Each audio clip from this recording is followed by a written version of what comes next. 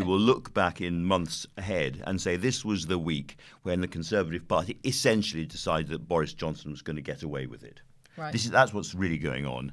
And it's a mixture of the war and his combative performances in the Commons, and a mixture of, in a sense, a fear of taking him on among a lot of Tory MPs, doubt about who will take over if he did go, worry that the Conservative tribes will simply go to war without Boris Johnson holding them together, and many, many other things. Now, as I've written in the New Statesman this week, I think they're making a mistake. I think the public have not forgotten Partygate, do not regard him as an honest man or a fit leader, and in due course, one way or another, they will take their revenge. Well, that is a risk the Conservative Party, I think, this week is taking.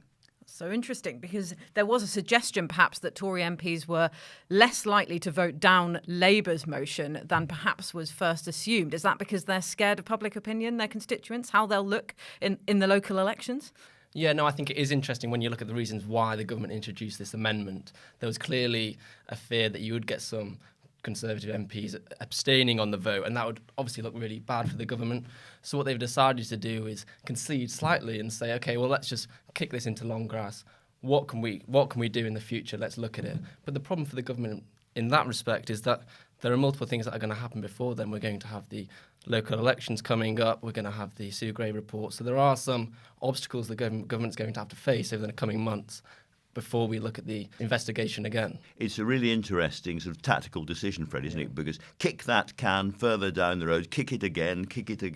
And in a way you can see why, if you're Boris Johnson, you want that to happen. It puts off the decisive moment. But at the same time, it strings out the agony. It keeps this story in the press, on the front pages, on broadcasters' agendas for months ahead, possibly. And I think, again, this is a big mistake by the Tories.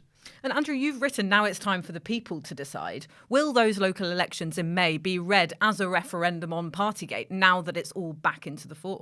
Well, as ever, there'll be a huge interpretative argument about the election results, whatever they are. I do think the Conservatives will probably do quite badly, but they're starting from a low base, and they're already charging around Westminster saying, we're going to lose hundreds and hundreds of seats, council after council. It's all priced in, none of it matters. So it would have to be an absolutely overwhelming slaughter of Conservative councillors, probably because of Conservative voters looking at Boris Johnson and deciding not to go to the polls for that to be the case. Now, it's a high bar to set, and I'm not at all sure. Keir Starmer had a slightly difficult week this week in the Commons himself.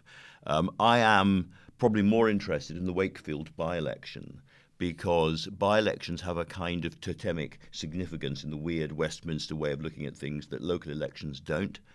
But I think if they're bad local elections and then they're creamed at Wakefield as well, that will be very hard for Boris Johnson. And it's interesting because I think the story that some Tory MPs are telling themselves is that this is not the time to act against Boris Johnson. One Tory advisor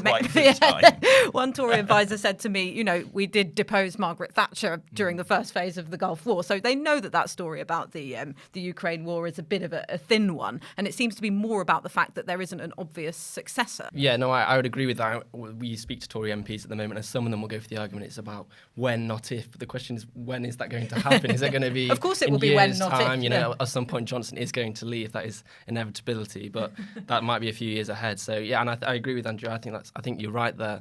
That the local elections, it's hard to read into because obviously there's lots of local issues being involved or being spoken about and voted on. Independent councillors are a big factor as well. So it's much harder to transpose national issues onto local elections. But when we've got a by-election, you can really see those national issues come to the fore. Boris Johnson he was on a plane, he's on a visit to India, and he was telling journalists on that plane he will fight the next election. Of course, every leader does say that.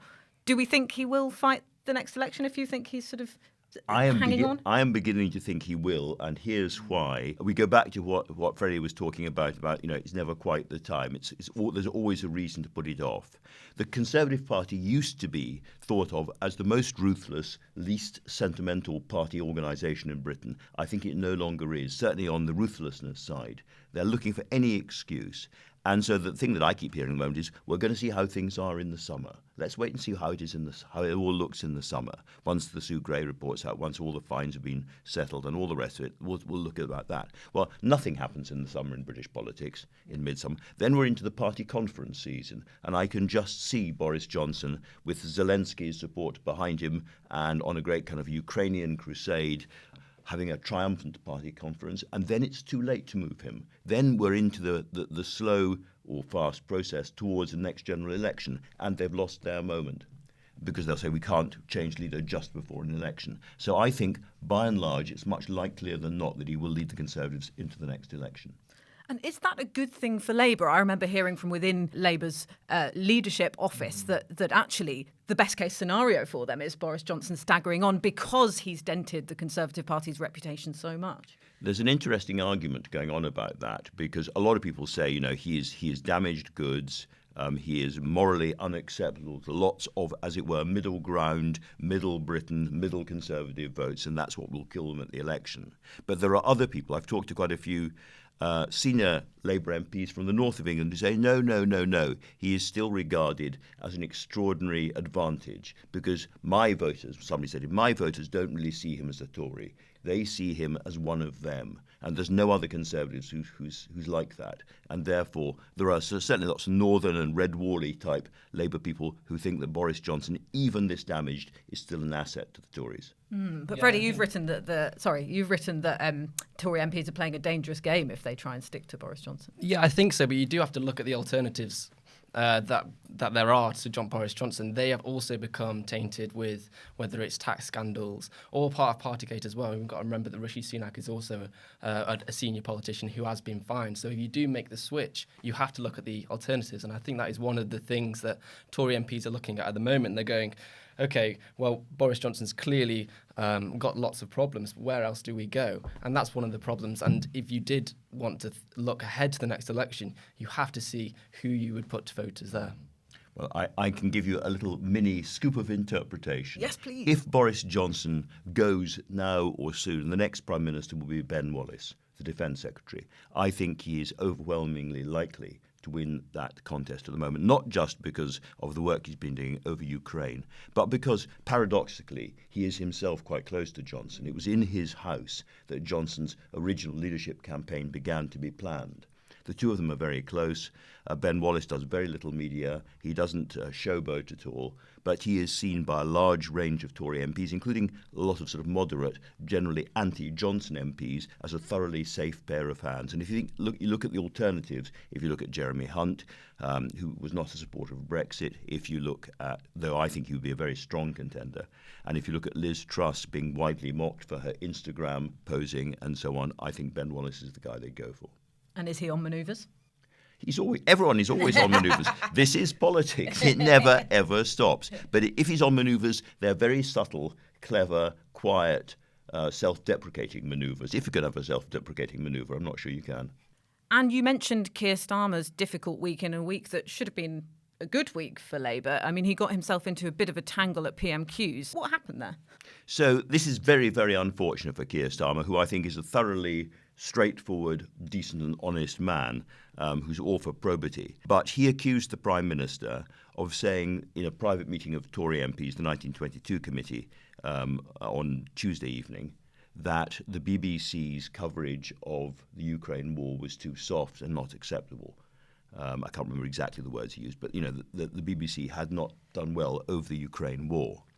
Now, I've been to the journalists who reported his comments, and I've talked to Gitto Harry, Boris Johnson's head of communications, and I've spoken to Tory MPs who were at that meeting standing right beside Boris Johnson. And Boris Johnson, I am sure, did not say quite what Keir Starmer said he said. He did make a comparison between the BBC and the Archbishop of Canterbury's attitudes to the Rwanda refugee policy and their attitude to Putin and Ukraine, but it wasn't nearly as hard-edged as Keir Starmer suggested, and Boris Johnson was the angriest I have ever seen him in the House of Commons. He was absolutely apoplectic. I thought he was going to burst a blood vessel at one point, and calling on Keir Starmer to apologise and withdraw.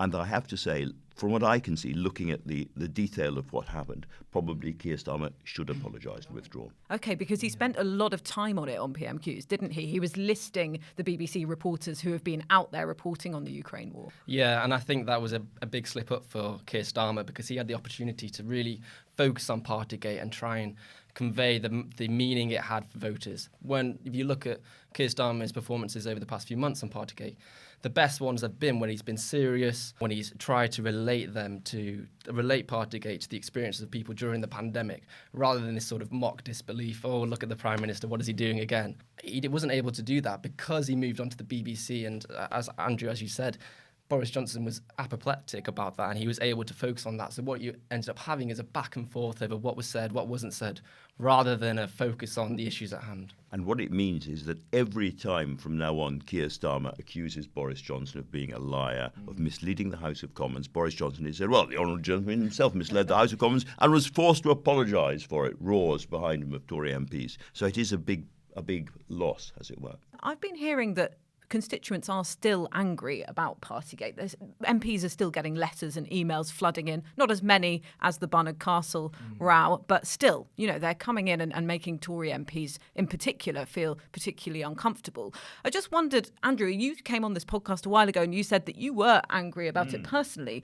Are you still angry about it? I am still angry about it, and that doesn't matter in a sense. As I said to Jacob Rees-Mogg this week, I buried my father with a very, very small number of people standing around us outside with his church where he'd served as an elder for 53 or 56 years, I can't remember, locked and bolted. We couldn't have all the villagers from the village we come from. We couldn't have his friends. We couldn't have the wider family because we were sticking by the rules. So when I realised that at that same time there was a boozy party going on in the number 10 garden, I felt really angry. I don't often feel angry, but I felt really outraged. As I say, that doesn't matter. That's just one story. Except that I think up and down the country there are literally millions of people with similar kinds of stories. Yeah. And Jacob Rees-Mogg said to get some perspective, didn't he? Get some perspective was his kind and wise injunction, which I will, of course, try to do.